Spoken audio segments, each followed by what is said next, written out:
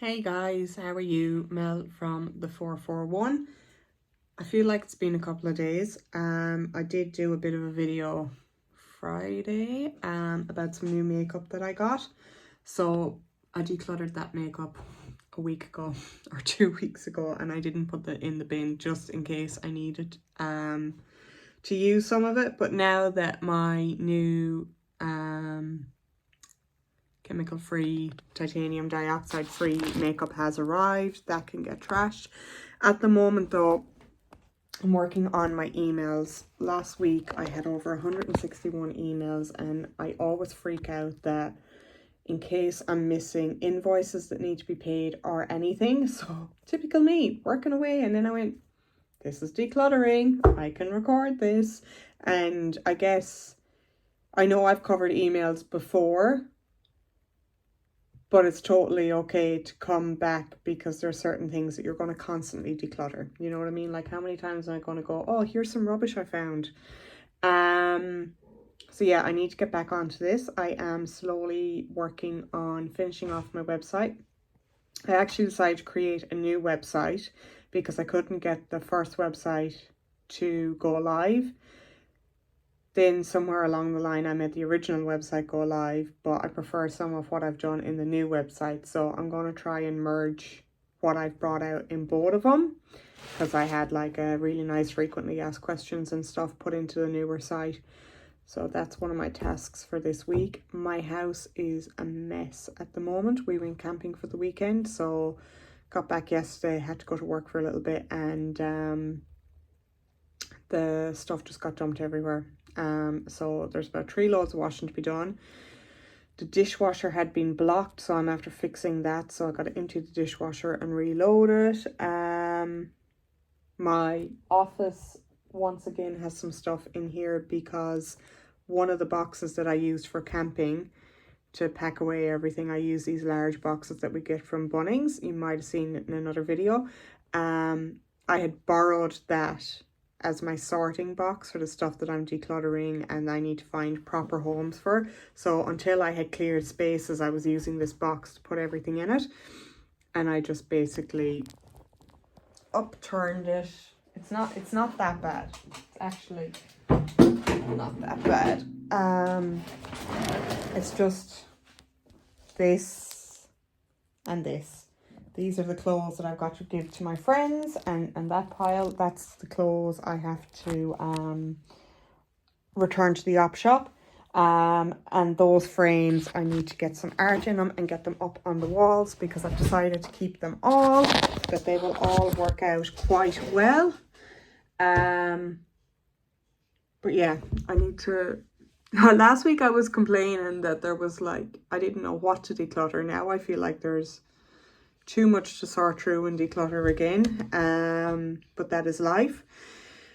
Just have to do a bit with work first, and then I'll get through Mount Washmore. So the first wash, I can hear it, it's just gone on to the rinse and spin. So hopefully I will get the last of the bills sent through my emails. My emails are gone down to 25, which is really good. That invoice has gone into 0, so that can go. This one has not though. I have so much. It's funny because when we were busier I was more on top of everything, and now that it's just me, I feel like I could be better organized than what I am, because the pressure is not behind me. But it's all good. Is that the same bill? No. Let's refresh the page again. I'm paranoid about like filing away bills until I know it's definitely in draft, because if I don't, there we go. It's actually come through twice, so I can delete one of those. If I don't see it in my inbox, then it's not there for me to prompt it. If it's not in 0 to be paid or in draft mode, and it's not in my inbox, and it's in my, I've got a folder that I still send all the invoices to, even though I know they're in 0, because I'm just paranoid like that, or OCD like that. I don't like to take them out of my inbox, but then when I have too much going on in my inbox, that stresses me out, because it's like I'm gonna miss something. If there's 150 emails, I have it down to 23 now, so I'm just gonna have one last look up through them. That is a statement. It was $6.75. Don't tell me it's gonna make me. So what is that? Adjustment fees.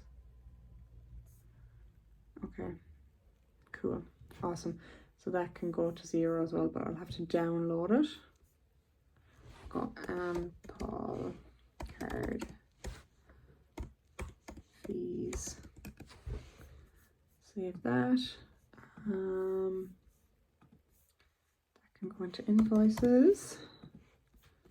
So now we're at 22. Can I get rid of 2 more? That can go into loans and finance for now. That can go into loans and finance. I know we're still working on it, but it's like at the top of our mind, so that won't go anywhere. That can actually go as well. I'm excited because we're getting to a place now where I can start to do Profit First again. I don't know if you guys have heard of Profit First. It is a concept by a guy called Mike Michalowicz. There is a book. I probably don't have the book here. I do have the book here.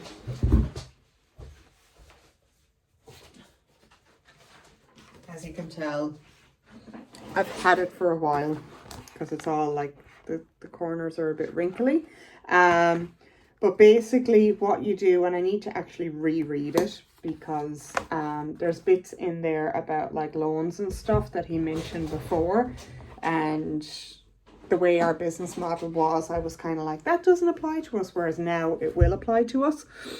But it's when you get a sale, so let's make it easy. Say you sell something for $100 or you hire something out for $100. You start out with 1%. He talks about the proper ranges in this, but for a long time we just based it off 1%. We're at 2% now, but I haven't actually done this in about 2 years, and I really need to get back to it because it was awesome. So you take your 1% off your sale. So if it's $100, that's $1. You do that for every sale. You can do it per transaction, once a day, once a week. I like to, as the money comes into 0, I just add up the income every time I reconcile. So it might be every day, once a week, whatever. And then I just transfer that money then into my Profit First account. And then when you get to the end of the quarter, you take that money, and depending on what you have going on in your business, you put 50% of it in the business emergency fund, and then you take the other 50% if you have no debt, and you can take that as owner drawings, as your owner dividend.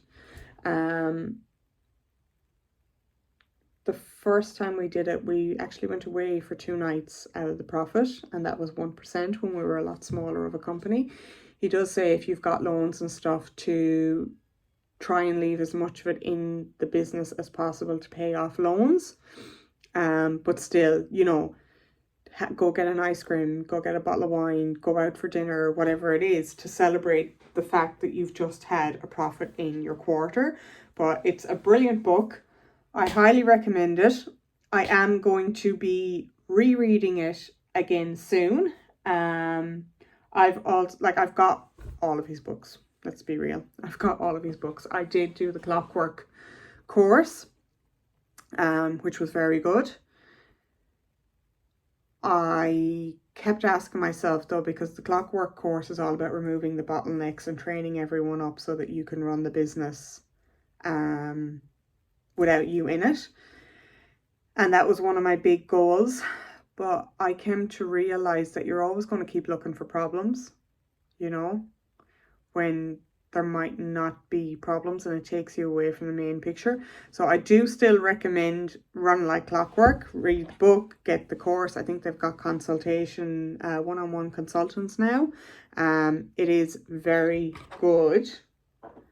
But you don't need to keep reinventing the wheel as well. Like for us personally, it ended up being that our business model and what we wanted to do was not what we were meant to do.